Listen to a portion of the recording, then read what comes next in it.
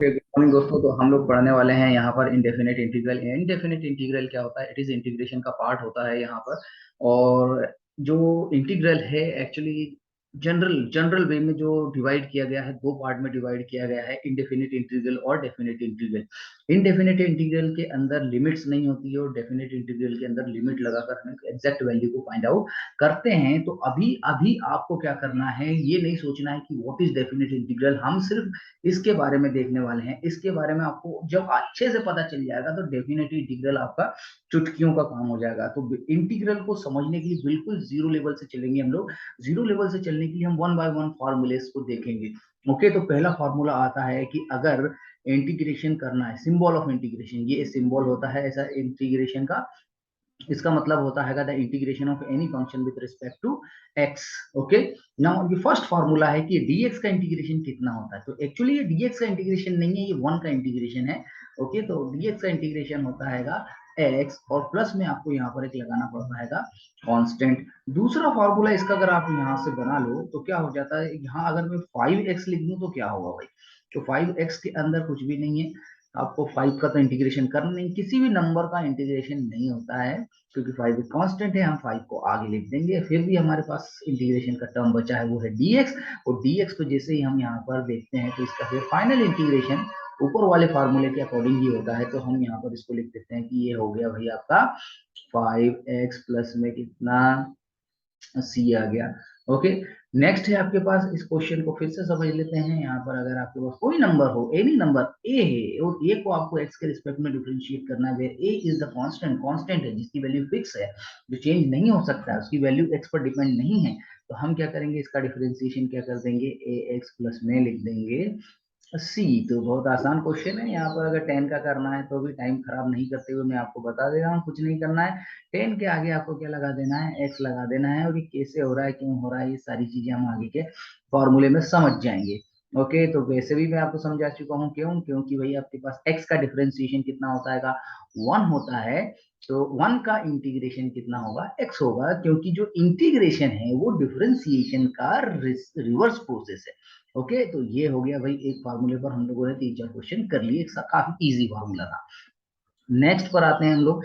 जो नेक्स्ट आपका फॉर्मूला है, formula number 2, that is the integration of x to the power of n d x. Okay, यहाँ के फॉर्मूले को जरूर समझना है अपने को। क्या होता है कि जब भी आप इंटीग्रेशन करोगे तो it will increase the power by one, और वही आपको क्या करना है, यहाँ डिनोमिनेटर में भी लिखना है, और कांस्टेंट सी लिखना है। एक्सेप्ट, यहाँ पर कंडीशन दे रहा है एक्सेप्ट, ये चीज को ध्यान रखना है कि n का वैल्यू कभी भी -1 के बराबर नहीं होना चाहिए। ये आपका दूसरा फॉर्मूला हो गया।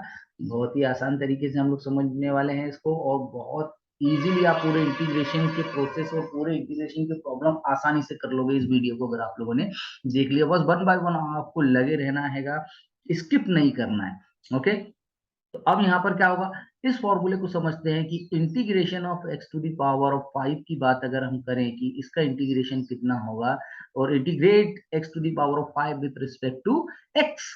सो फाइनली इस फॉर्मूले का यूज करके क्या करना है, ऊपर एक पावर बढ़ाना है तो 5 प्लस 1 6, नीचे भी वही लिख देना है, और आखिरी में एक कांस्टेंट जनरेट कर देना है जो कि कभी कभी डिफरेंशिएशन हुआ होगा तो उसकी वैल्यू जीरो हो गई होगी। ओके, फिर से एक और क्वेश्चन लेते हैं कि अगर यहाँ पर 10 मल्टीप्लाई में है और x to the power of 7 लिखा हुआ है और इसको इंटीग्रेट करना है विद रिस्पेक्ट टू एक्स। तो हमने अभी फिर आपको बताया कि किसी भी नंबर का इंटीग्रेशन नहीं होता जो मल्टीप्लिकेशन में होता है, डिवीजन में होता है। ओके, उसको हम लोग इंटीग्रेशन के साइन के बाहर लिख देते हैं, और इंटीग्रेशन किसका होगा, सिर्फ नंबर का और पावर का। ओके सॉरी, तो यहाँ पर क्या होने वाला है, फिर यहाँ पर हम लोगों ने रखा x to the power of 10, इसका इंटीग्रेशन हम लोग कर रहे हैं, तो इसका इंटीग्रेशन यहाँ से अभी कर देते हैं हम लोग। सिंपल है, ऊपर की पावर को आपको बढ़ाना है और क्या कर देना है,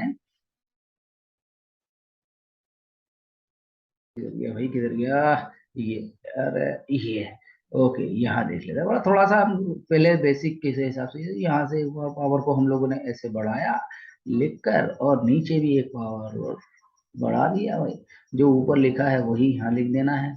ठीक है, लास्ट में सी लगा देना है आपका, सी हमेशा है आएगा किसी भी क्वेश्चन के अंदर।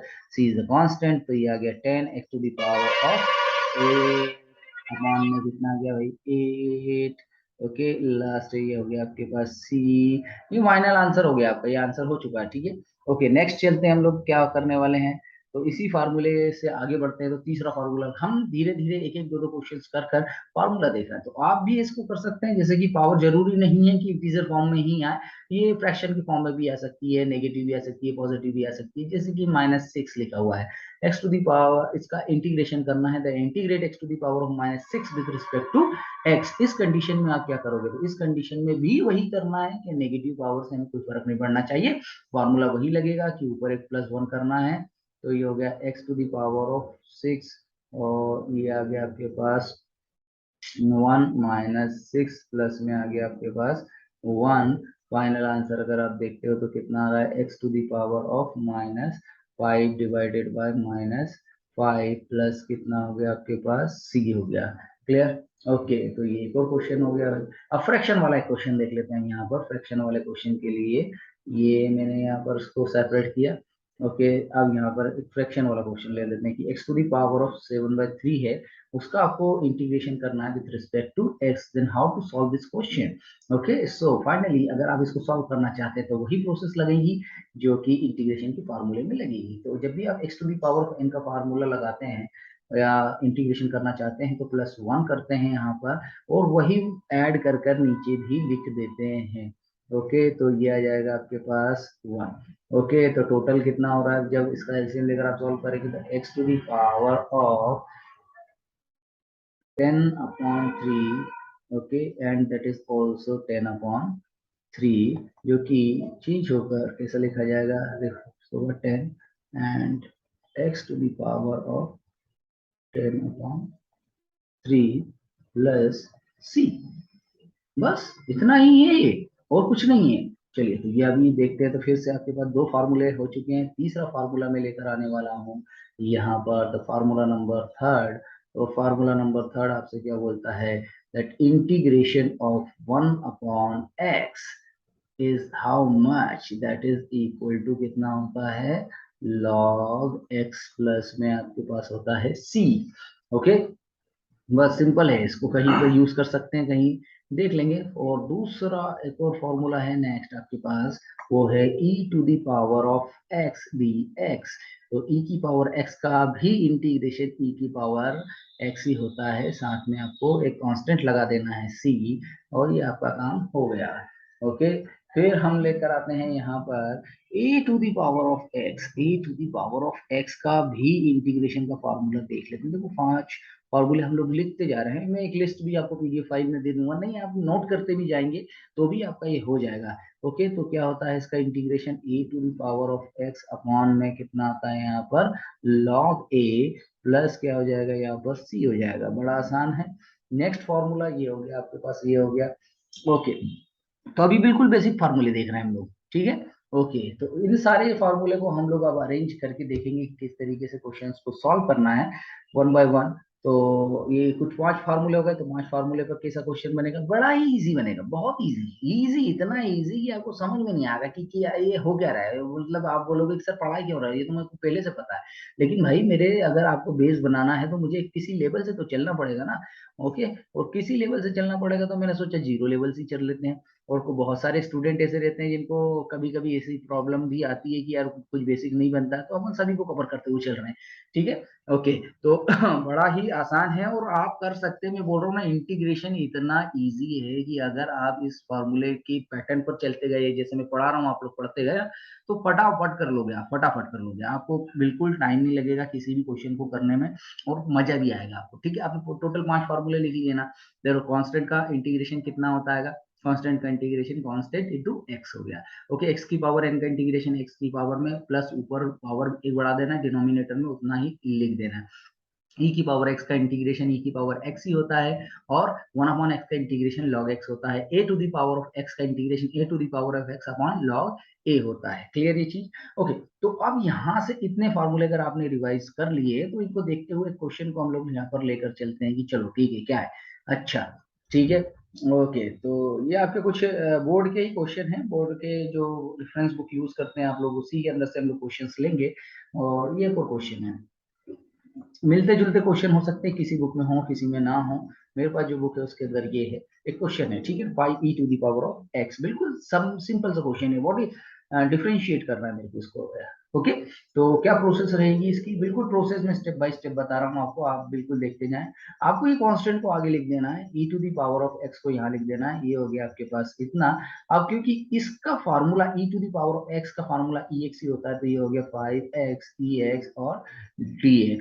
क्लियर ये चीज। ओके, तो लास्ट dx तो लिखना नहीं है, dx तो खत्म हो जाता है हमारा, इंटीग्रेशन खत्म मतलब dx खत्म। ओके ना, हाँ जी, ये लिखा इसके साथ में, वो कांस्टेंट जरूर लिखना है। ओके, फिर से एक और क्वेश्चन लेते हैं, ऐसा ही integration 10⁻x and dx। Okay, 10 की पावर x आ रहा है, 10 की पावर x में क्या करूं, तो फॉर्मूला है मेरे पास, क्या फॉर्मूला है, दैट a⁻x का इंटीग्रेशन क्या होता है, a⁻x का इंटीग्रेशन, फार्मूले को यूज करना चाहिए इन लोगों को बार बार। हम अगर एग्जाम के या कॉपी प्रैक्टिस कॉपी के अंदर भी हम बार बार फार्मूले लिखते हैं, तो हम लोग जनरली क्या हो जाएगा, हमारे पास ये log a हो गया। चलो, तो ये हो गया log a। अब यहाँ से देख लेते हैं, अगर इतना है तो क्या होगा, ये और ये। तो देखते हैं क्या आने वाला है यहाँ पर, वापस से 10 की पावर x को मैं लिख ही दूंगा, और नीचे क्या लिख दूंगा यहाँ पर, log 10 भी लिख दूंगा, और प्लस में क्या लिख दूंगा, यहाँ c लिख दूंगी, ठीक है। थर्ड वाला देखेंगे हम लोग, थर्ड में क्या हो जाएगा आपके पास, दैट इंटीग्रेशन ऑफ, इंटीग्रेशन किसका इंटीग्रेशन चाहिए मुझे, यहाँ पर किसका इंटीग्रेशन चाहिए। ओके, कोई भी एक क्वेश्चन ले लेंगे हम लोग, ठीक है। अब यहाँ पर क्या है कि एक ऐसा क्वेश्चन आ जाए कि भाई x प्लस में 1/x और होल स्क्वायर, इसको इंटीग्रेट करना है, तो कैसे करेंगे, सिंपल प्रोसेस है। क्या हमारे पास कोई चेन रूल नहीं है, पावर का रूल नहीं है, सब्स्टिट्यूशन नहीं है, लेकिन हम यहाँ बेसिक कंडीशन पर अगर जितने हमको फॉर्मूले पता है उस हिसाब से मेरा लॉजिक क्या बोलता है, इसका कोई फार्मूला नहीं सपोज, लेकिन मुझे फार्मूले 5 फार्मूले पता है। हम इस क्वेश्चन के अंदर क्या करेंगे, इसको ओपन करेंगे। ओके, इसको ओपन करना है, किस तरीके से ओपन करना है भाई, आपको a प्लस बी का फॉर्मूला आपको तो पता ही है कितना होता है, तो a प्लस बी का होल स्क्वायर का फॉर्मूला आपको मालूम होना चाहिए, जो आपको देता है a square plus b square plus 2ab। Okay, ये होता है, इसके अकॉर्डिंग इसको चेंज करना है, ठीक है। तो क्या हो जाएगा, इस bracket that is x square plus 1/x² plus 2 × x into 1/x, ठीक है, ये हो गया एंड dx। इससे इसको कैंसिल करा, फाइनली आपके पास अगर कोई वैल्यू है, दैट इज x² बचा, 1/x² बचा, एंड प्लस में 2। बहुत बढ़िया। अब मुझे तो इंटीग्रेशन करना है, तो इंटीग्रेशन क्या होता है, इंटीग्रेशन में ब्रैकेट ओपन करना है हम लोगों को इसका। ओके, तो जब इंटीग्रेशन का सिंबल सबके पास जाएगा धीरे धीरे धीरे धीरे धीरे धीरे, तो यहाँ हो जाएगा आपके पास, अगर आप देखोगे, integration of x² dx plus integration of 1/x² dx plus integration of 2, ठीक है, एंड dx। ओके, सिंपल, यहाँ पर x की पावर n का फॉर्मूला लग जाएगा, x की पावर n आपको क्या बोलती है कि पावर बढ़ा दो भाई, increase the power bye 1, so it's in 2 plus 1 divided by 2 plus 1। Okay, plus, अब यहाँ क्या होगा, तो यहाँ अभी हम समझने के लिए इसकी पावर को 2 ऊपर ले जाकर ले जाएंगे, जिससे कि जो साइन होगा इसका साइन क्या होता है, चेंज हो जाएगा। तो यहाँ पर हम लोग देख लेते हैं, फिर आगे बढ़ेंगे, 2, इसका वैल्यू कितना हो गया भाई, dx का इंटीग्रेशन होता है x। अब इसको करना है, इसे करना है हमें। ओके, तो ये हो गया आपके पास x की पावर 3/3। नेक्स्ट क्या होने वाला है यहाँ पर भी, अब जब हम इसको सॉल्व करेंगे तो क्या होगा, दैट फॉर्मूला तो लग रहा है, पावर कितनी है, -2 की है, और पावर इंटीग्रेशन क्या बोलता है कि आपको पावर को इंक्रीज करना है 1 से। ओके, चाहे वो नेगेटिव हो चाहे पॉजिटिव हो, एक्सेप्ट एक्सेप्ट क्या कि x की पावर -1 नहीं होना चाहिए, उससे ज्यादा होगी या उससे कम होगी तो चल जाएगा। ओके, चलिए, तो यहाँ पर क्या होता है, ये आ गया आपके पास 2x, इस जगह का वैल्यू अगर आप देखते हो तो -2 x to the power of 3 upon में 3 प्लस एक्स की पावर -1 अपॉन में -1, ओके, प्लस इधर क्या आ गया आपके पास 2x x to the power of 3 upon में 3 -1 upon x plus 2x, okay. Finally आपको यहाँ पर लिख देना है कि भाई ये हो गया आपका C, क्लियर, ओके। तो ये कुछ 5 फॉर्मूले के ऊपर मैंने कुछ क्वेश्चंस किए हैं, क्वेश्चन हम आगे भी पढ़ते जाएंगे, ओके। तो फटाफट जरा, ओके चलिए, तो फिर से हम लोग यहाँ पर आ चुके हैं, the integration of the following with respect to x. मतलब ये जो क्वेश्चंस दिए हुए हैं आपके पास, इन क्वेश्चंस का आपको क्या करना है, इंटीग्रेशन करना है, ओके। तो सबसे पहले एक छोटा सा क्वेश्चन उठा लेता हूँ। उस छोटे से क्वेश्चन को करने के लिए कुछ नहीं, रूट का इंटीग्रेशन क्या होगा, ओके। तो यहीं से स्टार्ट करते हैं, that is okay the root x. So what is the integration of root x? तो रूट को सबसे पहले पावर में कन्वर्ट करना है, उसके बाद इंटीग्रेशन करेंगे। तो रूट को इंटीग्रेशन से रूट को कन्वर्ट किया पावर में, तो रूट का मतलब होता है पावर ऑफ 1/2, ओके। 1/2 की पावर है ना। अब अगर 1/2 की पावर है, तो अगर हम इसका इंटीग्रेशन करते हैं, तो इंटीग्रेशन क्या बोलता है आपसे? इंटीग्रेशन बोलता है कि ऊपर एक पावर को बढ़ा दें, तो ये हो जाएगा 1/2, ओके। उसको आपने इंक्रीज कर दिया, किससे इंक्रीज कर दिया? 1 से, डिवाइडेड बाय अगेन 1/2, और प्लस को इंक्रीज किया ना। अब अगर मैं इसको सॉल्व करता हूँ, how to solve this? X to the power of 3 upon में 2, एंड ये हो गया 3 अपॉन में 2। Finally you get 2 upon 3 and x to the power of 3 upon 2। That's it. यहाँ पर आपको क्या लगाना है? सी लगाना है, और आपका काम बन चुका है भाई, हो गया क्वेश्चन, खत्म खत्म। नेक्स्ट क्वेश्चन पर आ जाइए भाई। क्या है क्वेश्चन नंबर 1? क्वेश्चन नंबर 1 में आपसे इंटीग्रेशन पूछ रहा है। किसका इंटीग्रेशन पूछ रहा है? बस ऐसे ही सवाल आपको करना, धो डालना क्वेश्चनों को। क्या कि अरे ऐसे सवाल पूछेगा? थोड़े देर बाद आप लोगों को प्रैक्टिस और फार्मूले भाई, प्रैक्टिस और फार्मूला ही किसी भी मैथ्स का बैकबोन होता है, क्योंकि इससे आपकी स्पीड बढ़ती है और आपको करने में मजा आता है। एक्चुअल में क्या क्वेश्चन हो, बहुत मजा आता है, ठीक है। चलिए, तो हम क्या बोल चुके हैं कि अगर प्लस माइनस होता है और उसके अंदर कुछ फंक्शन प्लस माइनस में लिखे होते हैं, तो सबका इंटीग्रेशन अलग अलग होता है। तो हम क्या करेंगे भाई, 4x to the power of 3 का इंटीग्रेशन अलग करेंगे, माइनस लगाएंगे, और 4x to the power of -5 का इंटीग्रेशन भी सेपरेटली करेंगे, अलग अलग करेंगे। अब इंटीग्रेशन की कंडीशन आपको पता है, क्या पता है? बहुत अच्छे से आपको ये पता है कि ये जो नंबर लिखा होता है, इसको हम इंटीग्रेट कर ही नहीं सकते ना मल्टीप्लाई में। तो हम सिर्फ किसको करेंगे?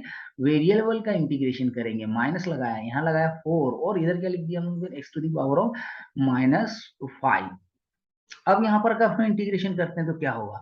तो यहाँ तो सिंपल सी बात है भाई, 3 की पावर बढ़ेगी, ओके, बड़े आसानी से बढ़ेगी भाई। एक्स की power 3 + 1 that is equal to कितना हो गया? 4। अपॉन में यहाँ कितना लिखना है आपको? अगेन 4 लिखना है, ओके। इधर क्या हो जाएगा आपके पास? एक्स की पावर -5 में +1 करना है, इंटीग्रेशन यही बोलता है पावर वाला।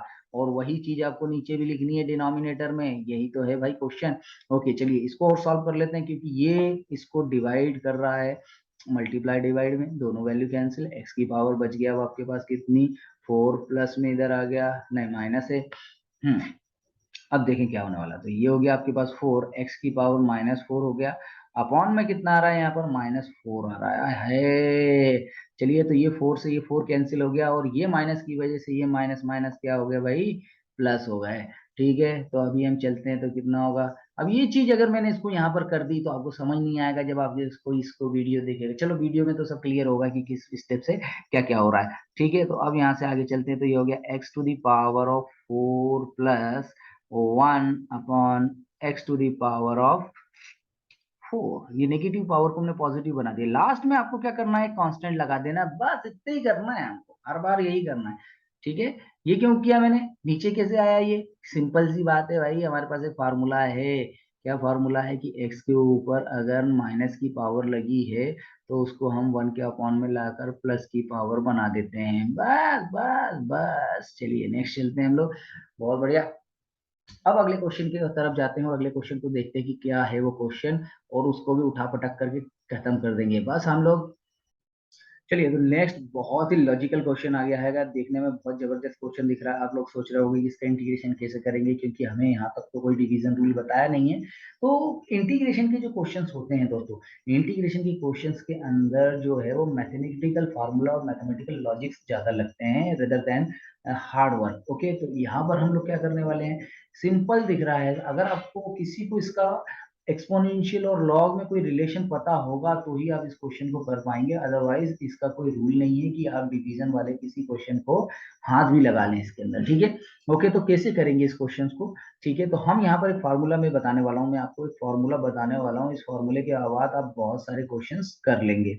ओके, तो हम एक फार्मूला क्या बताने वाले हैं, एक फार्मूला है कि अगर लॉग की पावर किसके ऊपर लगी हो, एक्सपोनेंशियल के ऊपर लगी हुई हो, तो उसका वैल्यू होता है 1। ठीक है, उसका वैल्यू कितना होता है, 1 होता है। लेकिन अभी ये देखिए कि यहाँ पर तो x है नहीं,